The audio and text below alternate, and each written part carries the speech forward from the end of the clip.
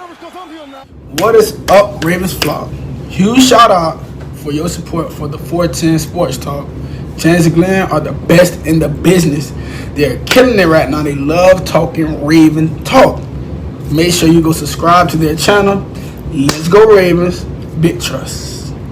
Welcome in everybody to another episode of 410 Sports Talk. I'm Glenn Martin here with my co-host James Haskell, the Rascal. And this episode, we're going to discuss another positional battle heading into training camp, and we're going to discuss the offensive line in this episode. And this is a really intriguing one because a lot of new faces, a lot of turnover, and a good mix of young and old in this unit. And it's going to be, really telling to see who they decide to keep and who they have to ultimately let go, because this is an awfully deep group right now. So I'm excited to kind of, predict who we think they're going to go. So we're going to look at some historical context, look who they kept in the last couple years, and try and see if we can predict who they go with this season. So Jimbo, how many do the Ravens normally keep in the offensive line position? Jimbo? I'm here. I got you. Okay, there we go. All right. I lost you for a second. So like Glenn said before, I think where we always start when we do these position battles, and we're really trying to get you guys excited for camp, is Glenn mentioned it, but talking about the years past, right? Mm-hmm. I think that's a great place to start when laying a foundation. Doesn't mean it'll be exactly the same, but I think you mentioned it. We kept 9 last year. Yep. And one of the other things I want to mention about this position battle that's unique to me, and would like to know if it resonates with you guys as well, is just that it seems to me that they're overloading the position. Of course, you can chalk it up to competition, but it seems different to me that we have, in some cases, 2 or 3 guys that are in line as young guys to take a next step in their career and their development, but they're still bringing in veterans like Schofield and a few others. So let me ask you this, Glenn. Do you think that bringing in these vets is a sign that maybe they don't have too much confidence in some of these young guys? Because in other positions, we don't see them stacking it up with vets, where I feel like they're doing a decent amount of that here at the O-line. Do you think it's a concern that the Ravens have of the developing prospects? So, and the guys I'm really referring to would be like Bredesen, Powers, Phillips, those guys. Yeah, absolutely. I mean, they're bringing in guys with starting experience. Tells me that maybe they didn't like what they saw out of these guys in camp and felt that they're maybe not ready to be relied upon if need be. And that could mean that they're no longer going to be with the team after this camp, or that could mean that they just have more development time that's needed, and they're going to, keep them around and hope that they turn into the player they were hoping for when they selected them. But there's no doubt that it's a reflection of who they have if they keep bringing in veterans with, playing experience. But that's important as well. You want to have guys on the roster that have done it in big moments. But more importantly, I think what they've brought in is versatile guys. A lot of guys that have played up and down the offensive line, which of course, if you're not one of the starters, it's certainly valuable that you've played in multiple positions, because that means they can keep one guy active that could fill in at multiple positions if there was an injury mid-game. So I think that's a big important part of it. Yeah, I think, and we'll go down this list, but I think that, I'll give one name away. I think Macari makes this team because he can play anything from center to tackle. Mm-hmm. Yep. And I think that's a great point. That's a huge value add, definitely. But let's start with our starting 5. I think we have the same guys. And so who's your starting 5? Yeah, so it's Stanley at left tackle, Ben Cleveland left guard, center Bradley Bozeman, right guard Kevin Zeitler, and right tackle Alejandro Villanueva. Nice. Now, one thing, I have the same exact list. I just saw a short clip, and not sure if you guys saw it, but of Zeitler. It looks like his wife just gave birth, and he was in the hospital doing reps in the room, where she was at, and she's recording him doing reps. And so, look, we got to get a dedicated player.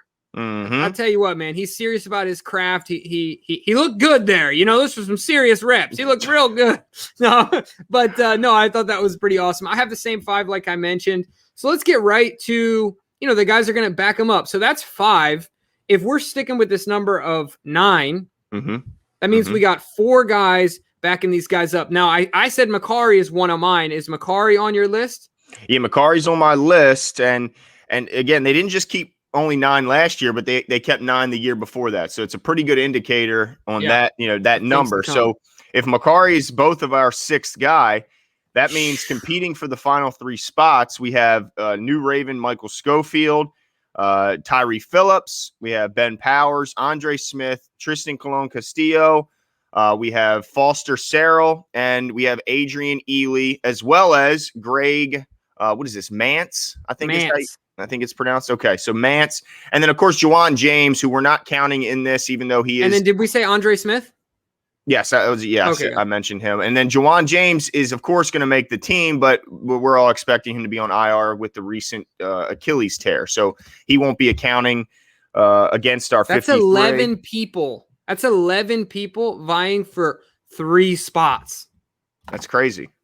Absolutely crazy. So it's going to be a heated battle, but like John always says, iron sharpens iron, and competition really, breeds greatness. So I like the fact that they have a stacked room and a lot of guys. Now, it's just going to be interesting how they decide, because if they have too many guys, they could look to move one of these guys in order to create more competition elsewhere or to bring some depth elsewhere.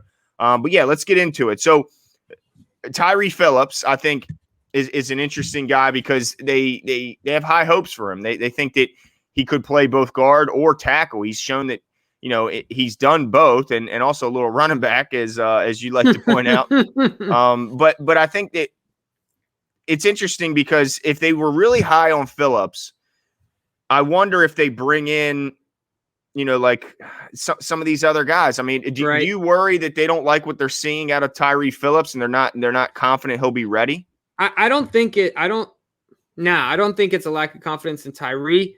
I think it's actually some of the other guys. I think they have a lot of hope for Tyree Phillips and a lot of confidence that he can move, take a step forward. And there's a couple indicators for that. One, I think that even last year when he was healthy, I think if you're worried about anything for Tyree, it's the health. Because he was banged up all last year. And certainly, I mean, if you look at his body, he's an athlete, but he is very soft looking, right? Like you can tell he's young in his body and needs to get in the weight room, get a little stronger looking, and I'm sure actually being. So he needs to catch up to where these guys are in the NFL to be able to withstand a season. But aside from that, I think that there's indicators to show that the Ravens should be confident in his ability. One, we've said it before, he only played 1 year of high school football, and he's, he went from JUCO, all the way up to D1, and they drafted him in the 3rd round, if I'm not mistaken, right? Yeah. He's a 3rd round pick. So I think they have confidence in his projection. But I think it really comes down to like Bredesen. I faith in Bredesen. And I also think that they have very little faith at this point in Ben Powers as a pass blocker. Yeah. So I think Tyree Phillips is a lock, is what I'm trying to say with all that, Glenn. I think that he's on the team. I think he has versatility, and I think he makes a big step forward in every place in his career. As soon as he's got a foothold, then he's been able to progress. But he's got to get that footing, and then he can move forward. I think last year served as a year to get his footing. This year is draw off season, and I think that he'll turn into the player they want him to. I feel pretty good about that. But the other guys, I think that they're much more nervous about. Yeah, I think that's a good point. Tyree Phillips, looking for him to make a big jump this year with the complete offseason and the year under his belt. So yeah, okay. So he makes both our teams. He's the 7th guy. Is that right? Yeah. Yep. Okay. He's number 7, and then you just mentioned who's number 8 on my list, and that's Ben Powers. I think he showed enough, certainly in the run game, that he could be counted on in spots. If there was an injury issue, he could even end up being the ultimate starter if there's a long-term injury issue. I think that he's shown enough. Now he needs to develop better as a pass blocker. I mean, we got to instill that confidence in Lamar that he can step into that pocket and not have to worry about a heavy push, disrupting his rhythm and making him more likely to pull it and run. I think that Powers has some work to do, but he showed enough to. I mean, he was dominant in the run game in times last year. I mean, not just good, but absolutely dominant and one of the better run blockers in the league. So for that reason, I think he makes the team. There's not a lot of spots left, Jimbo. No, yeah, I'm with you on Powers as well. I'm still hopeful that he can round out as a player in the NFL. I think that right now, I think that he will take a step forward this year, and based on that step forward this year, I think for a lot of teams that don't have a guy like Zeitler coming in, he could be a starter. I think he could be a, maybe not like John calls it, a starter and a player that starts. I think he could be a player that starts. Mm-hmm. And I have confidence that he can build himself into something. But like you said, anytime when you're in this, when you're in a backup role in a depth chart, anytime you can say I'm the best of all these guys at something, mm-hmm. you got a decent shot. And I think that's where he falls, because I don't think it's comparable. I think right now as it stands, he's a much more, you said it. I mean, even in the league, he was a very dominant run blocker. So against these other guys, I think his argument is secure that he's a much better run blocker at this point than Tyree Phillips. Certainly than, we haven't seen anything out of Ben Bredesen. He's been getting very limited opportunities, and the other guys I don't know a ton about, to be honest. I don't think anybody really does. So yeah, I mean, I feel good about Powers as well. I think they do as well, and I hope something happens with Ben Powers, because look, man, he was he was drafted by Mo Gaba. Yeah. He's got to make something of himself, right? Yep. I hope he sticks around at a reasonable price, because I don't see him becoming a starter here, very, very soon. I think with Zeitler there, that, it's pretty much that role is his. And of course, Ben Cleveland coming at left guard. So there's not a whole lot of space for him as a starter, but would love to see him stick around. Do you agree with my analysis that he could most likely start on a lot of other teams? Absolutely. There's no doubt about it. I mean, seemingly every team has a need at the offensive line spot. And a guy that has shown the league that he can be dominant at something, half of his job basically, is certainly somebody I think will be valued around the league, no doubt about it. Now, is that 8? Is that 8 on your list as well? So let's see, Makari, Phil. Yeah, that's 8. So we got one spot left, and we have Andre Smith, Cologne Castillo, we got Ely, Serrell, and we got Michael Schofield, and that last name is where I gotta put it at number 9. That's Michael Schofield. They recently brought him in, I think, a little over a month ago.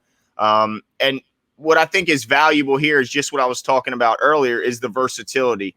This guy has played almost everywhere on the offensive line. He's played left tackle, left guard, right guard. He anywhere you need him, he's been there. He's played at a very high level, played in big games. He's 30 years old, been around the league, seen it all, done it all.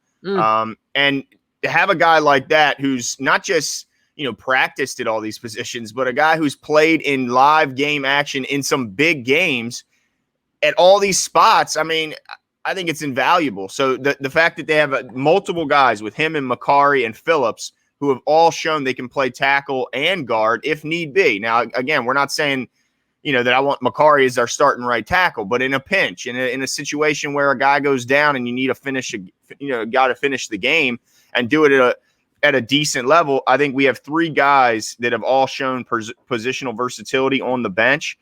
And then Powers is the 4th guy. So I really like that they brought in Michael Schofield. I like that they have another vet in the room who's done it all and done it at a high level. Correct me if I'm wrong. Was he not a starter on the Super Bowl? The Super Bowl team where he was drafted. If I remember correctly, I think he was drafted by Denver and played on that Super Bowl team. Yeah. Got you. So yeah, I'm pretty secure in my 9, but that would mean Andre Smith's gone, who's been around a little bit as a backup tackle. Yep. We haven't seen a ton of. I mean, Tristan Colon Castillo is gone, which I know is a fan favorite of a lot of guys out there. We're hoping to see more of him. I don't see how they can squeeze him. And then a couple guys, Greg Mance, who don't know a ton about him. I think the biggest name is the Ben Bredesen. Exactly. That's the big one, because he's a recent pick. He came out of Michigan where his brother coached him. A lot of high hopes because of his crazy intelligence and the fact that he was able to, break in as a starter at such a young age at Michigan. How many of these guys? I agree with you on the 9. I'm with you there. And you know how much I hate agreeing with you. No, I'm totally kidding. But honestly, how many of these guys do you think they can squeeze on the practice squad? Like, you think Bredesen gets on the I think he could get through. I think Colon Castillo gets through.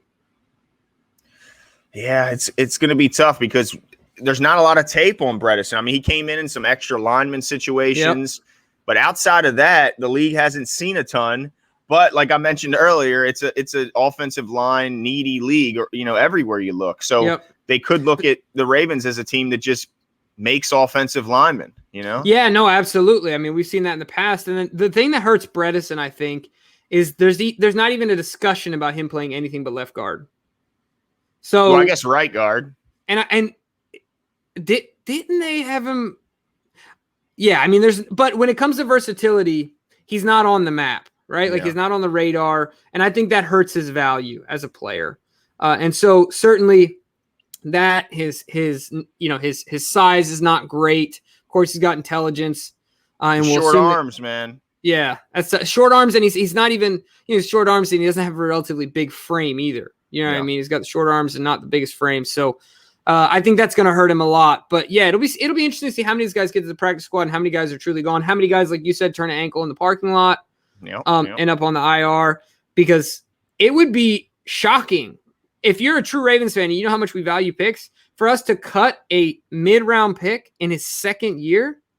Yeah. That is uncharacteristic of the Baltimore Ravens, and not slightly uncharacteristic, extremely uncharacteristic. Wouldn't you agree? Unless there's character issues. It almost never happens. Absolutely. And we've never heard anything like that from Bredesen. So that would be right. Yeah. I doubt that it's that. I mean, right. There's no way. So I think that would be the biggest cut, because Colon Castillo, he was an undrafted guy. He's not, a guy that, a lot of, like I said, a lot of fans like him because he had those games where he played well, but that wouldn't shock anyone to see an undrafted guy get let go. I mean, that's kind of nature of the business. Same with really all these other guys. But Bredesen, man, a mid-round pick in his second year. I mean, that would be quite shocking. But I think when you bring in a guy like Schofield, who's done it at at this level already and shown you he can do it and he can play all these different spots, I don't know how you get rid of him. Yeah, when you got a sure thing, it's like, what do you want? 2 birds in the air, or what is the saying? 1 bird in the hand, 2 birds in the bush. Yeah, something you always with these old school. You know what I'm talking about, though, right? Like, take a sure thing. 1 in the hand is better than 2 in the bush, right? There you go. There, I don't know why I threw the bird in there, but yeah, 1 in the hand is better than 2 in the bush. So, like, yeah, you're absolutely right, Glenn. That you would prefer to take a guy who you've seen do it on tape and in games, in big games, than a kid that you don't know about yet.